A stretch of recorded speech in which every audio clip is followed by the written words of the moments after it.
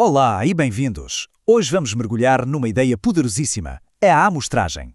É basicamente a arte de conseguir entender um universo gigantesco olhando apenas para um pedacinho dele. Prontos? Vamos a isso! Já alguma vez pararam para pensar nisto?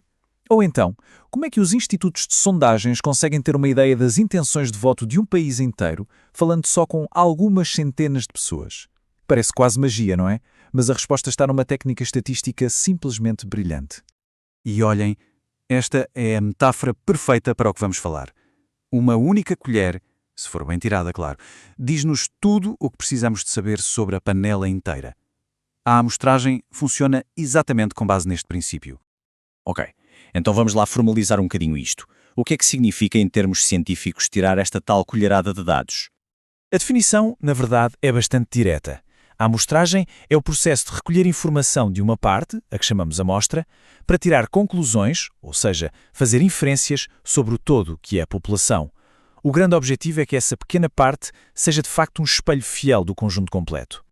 E porquê é que nos damos este trabalho? Bem, as vantagens são enormes. Primeiro, é muito, mas muito mais barato e rápido do que tentar falar com toda a gente. E pensem nisto, às vezes é a única forma. Permite-nos fazer testes que destroem o produto, como testar a durabilidade de uma lâmpada. Não podemos testar todas, senão não sobrava nenhuma para vender.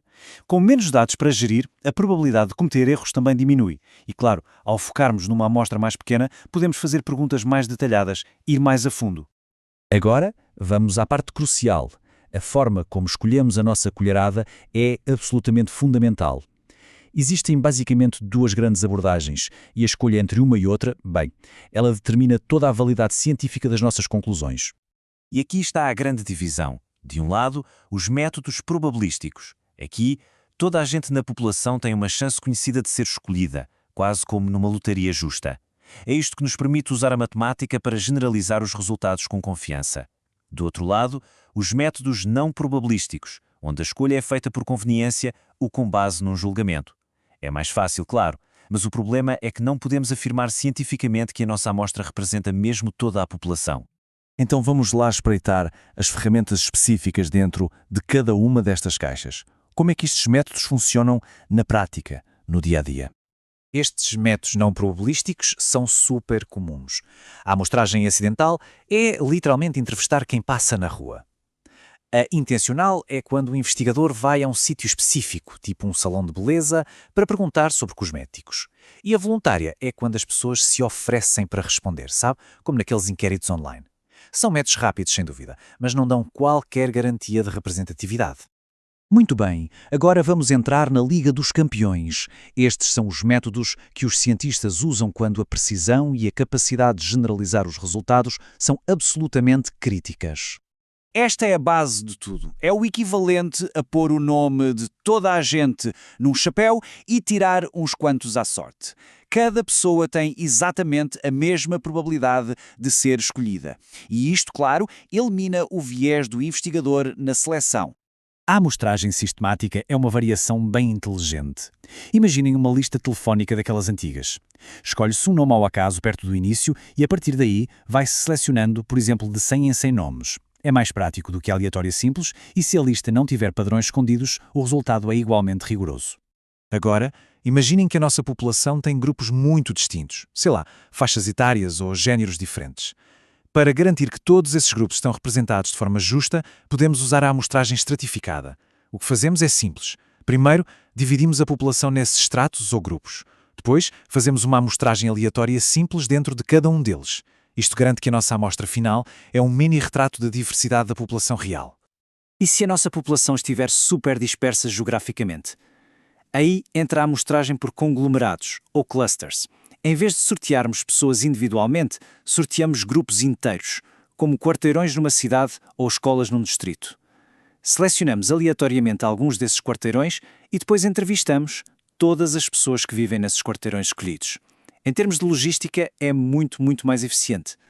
Mas claro, provar a sopa não é uma ciência exata e infalível. Existem erros que podem acontecer e que, se não tivermos cuidado, podem deitar por terra as nossas conclusões. Existem dois grandes tipos de erros. Os erros aleatórios, esses são normais. São a variação natural que acontece simplesmente por acaso.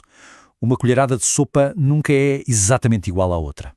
Já os erros não aleatórios, esses sim são perigosos. São erros sistemáticos, que vêm de falhas no método. E estes erros não aleatórios são o verdadeiro quebra-cabeças. Pessoas que se recusam a responder, pessoas que dão respostas imprecisas de propósito ou sem querer, erros ao inserir os dados no computador ou até a forma como uma pergunta é feita pode influenciar a resposta. São estes os erros que podem mesmo invalidar uma pesquisa inteira. Bom, depois disto tudo, qual é a ideia central que temos mesmo de reter? Qual é o ponto fundamental de toda esta conversa? E esta citação resume tudo na perfeição. Só quando cada pessoa, cada elemento tem uma chance conhecida de ser selecionado é que podemos, com confiança científica, usar a nossa pequena amostra para falar sobre a população inteira. Portanto, a conclusão é mesmo esta. Não basta ter uma amostra grande, é preciso ter uma boa amostra. E uma boa amostra, tal como a nossa sopa, depende de como a mexemos. O método probabilístico é o que garante que a nossa colherada é de facto representativa do sabor da panela toda. E fica aqui a reflexão final. Da próxima vez que alguém se deparar com uma sondagem ou um estudo, o espírito crítico talvez leve a perguntar: espera aí, como é que eles tiraram esta colherada? Foi uma amostra acidental apanhada na rua ou foi um rigoroso sorteio aleatório? A resposta a essa pergunta muda tudo. Até à próxima.